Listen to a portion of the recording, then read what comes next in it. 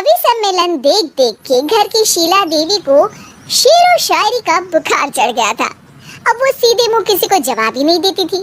उनके पति और उनका बेटा तो काम करने घर से बाहर चले जाते थे और उनकी शायरी झेलनी पड़ती थी बहू रेणु को। अब सास बोलती नहीं, अर्ज करती थी, संदूक पे रखी संदूक, संदूक में रखे झुमके, बहू झुमके निकाल के दे मेरे, कहाँ लगा रही है ठुमके। माँ जी, झुमके तो आपके निकाल दूंगी मैं, लेकिन आपके दिमाग से ये शायरी का भूत कैसे निकलेगा? छोटे लोग नहीं समझेंगे, शायरी है शौक बड़ा, तू अपने काम से काम रख, मेरे काम में मत टांग अड़ा। शौक अलग बात है, लेकिन हर चीज में अपना शौक डाल देने से जग हंसाई हो सकती है सासू माँ। अरे मैं हूँ एक नंबर कलाकार, कोई ऐसी वैसी बला नहीं, तुम घर के कामों में उलझी, समझोगी मेरी कला नहीं। ठीक है माँ जी, आप नहीं समझती तो कोई बात नहीं, लाओ मैं आपके झुमके ही निकाल कर दे देती हूँ। बहू सास के झुमके निकाल कर देती है और वहाँ से चली जाती है। शाम को बहू अपने पति से शिकायत करती है, सुनिए जी, आप माँ को कुछ समझाते क्यों नहीं? अरे क्या समझाना है माँ को? अरे अपनी शायरी थोड़ी कम करे ना। अरे तुमको उनकी शायरी से क्या दिक्कत है? अरे मुझे नहीं, पर पड़ोस में सब लोग हंसते हैं, कहते हैं बुढ़ापे में लोग सठिया जाते हैं, लेकिन शीला जी तो शायर हो गई है। अरे लोगों का काम है कहना, लोगों की बातों का क्या टेंशन लेना। अरे वाह, मैंने भी शेर कह दिया, वाह वाह वाह।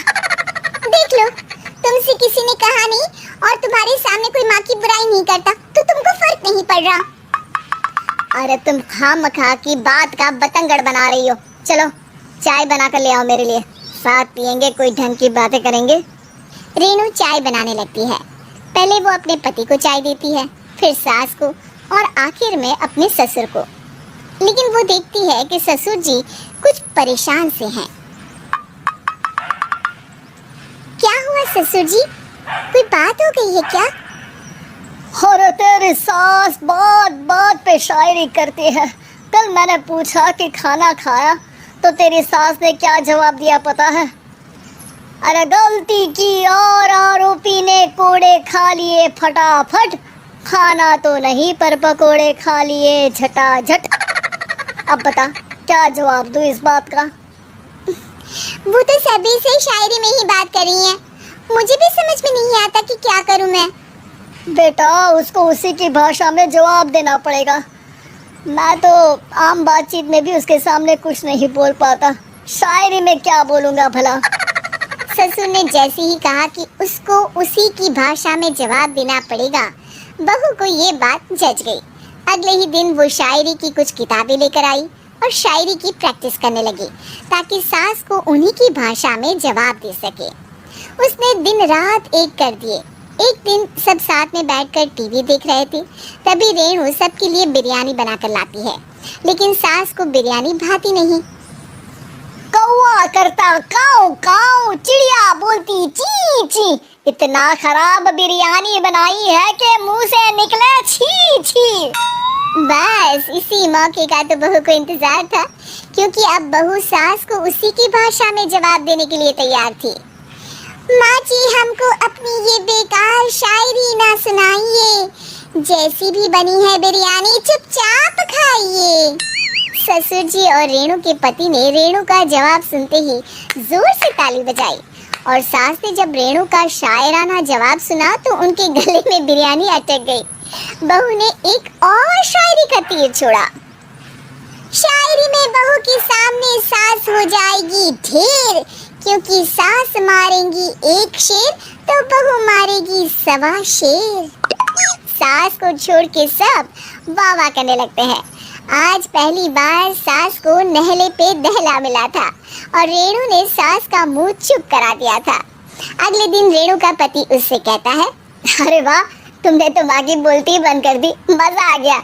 अब मेरे लिए कुछ बना दो, खाकर मैं काम पर चला जाऊं। शायरी ही है मेरा जीवन, वही करूंगी जी भर के। नौकरानी रख लो कोई, काम नहीं करूंगी मैं घर के। अरे तुम क्या माँ जैसी हरकतें करने लगी? सीधी सीधी बात करो ना। हो गई क्या शायरी? रोज थोड़ी ना करोगी। शीशी भरी गुलाब की पत्थर पे फोड़ दो, जो मुझे शायरी से रोके उसके कान मरोड़ दो। पति घबराकर वहां से चला जाता है और बाहर उसके पिताजी के पास जाकर बैठ जाता है। दोनों अपनी बीवियों की शायरी से परेशान है। ससुर को पछतावा होता है कि क्यों उसने बहू को सास की भाषा में ही जवाब देने का आइडिया दिया। अब तो घर में दो दो शायर हैं। दोनों एक साथ दुखी स्वर में कहते हैं, हम दोनों की ही बीवियां जब से शायर हो गई है, क्या बताएं, जिंदगी एक फटा हुआ टायर हो गई है।